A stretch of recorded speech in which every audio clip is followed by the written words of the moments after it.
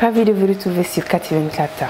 Bonsoir et bienvenue à tous dans ces flashs d'informations. Le Conseil des ministres s'est réuni en session ordinaire le mercredi 25 janvier 2023 dans sa salle de délibération au Palais de Koulouba sous la présidence de son Excellence le colonel Assimi Goïta.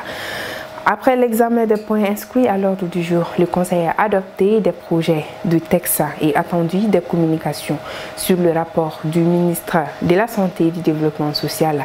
Le Conseil des ministres a adopté un projet de décret fixant le cadre organique de la direction des ressources humaines du secteur santé et développement social.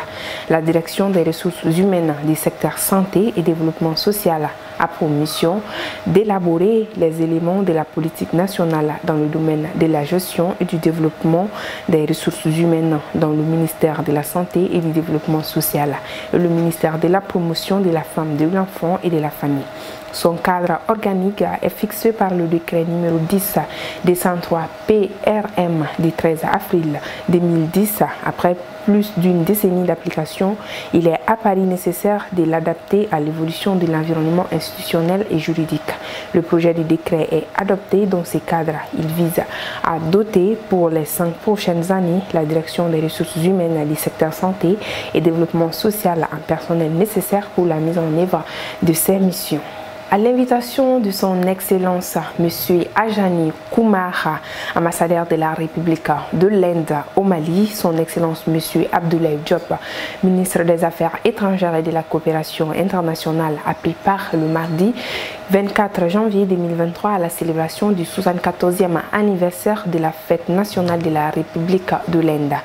Le chef de la diplomatie malienne a saisi cette heureuse occasion pour adresser au nom de son Excellence le colonel Assimi Goïta, président de la transition, chef de l'État, ses vives et chaleureuses félicitations ainsi que ses vœux de bonheur, de prospérité et de paix à son Excellence Madame Droupadi Murmu, présidente de la République de l'Inde, au gouvernement et au peuple indien.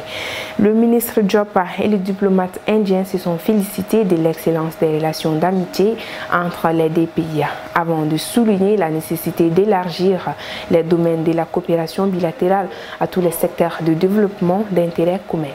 À présent, on passe à la page internationale. Le ministre russe des Affaires étrangères, Sergei Lavrov, a déclaré que la France intervenait dans les affaires intérieures des pays africains. En soutenant les terroristes en Libye, la France a favorisé le terrorisme en Afrique, a-t-il dit en visite à Mbabane, la capitale d'Eswatini, située dans le sud-ouest de l'Afrique. Lavrov a rencontré le ministre des Affaires étrangères d'Eswatini, Touli Deladla, lors d'une conférence de presse tenue. Après la rencontre, Lavrov a réagi à la déclaration du président français Emmanuel Macron, selon laquelle la Russie est derrière la décision du Burkina Faso de demander aux soldats français de quitter le pays. C'est une question de politique étrangère. Nous n'intervenons pas dans les affaires intérieures des autres pays. Les déclarations de Macron montrent que la France le fait, a-t-il affirmé. Par ailleurs, Lavrov a rappelé qu'une telle chose avait déjà eu lieu au Mali. D'autre part, le ministre russe a également souligné que les sociétés militaires privées françaises opèrent en Eurasie. On nous accuse de porter atteinte aux intérêts français en Centrafrique, au Mali et maintenant au Burkina Faso.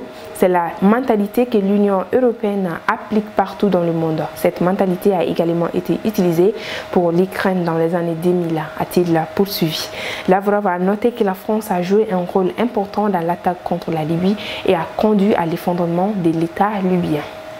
L'Iran a riposté mercredi aux dernières sanctions de l'Union européenne et du Royaume-Uni en prenant des mesures réciproques plus de 4 mois après le début du mouvement de contestation provoqué par la mort de Mahsa Amini.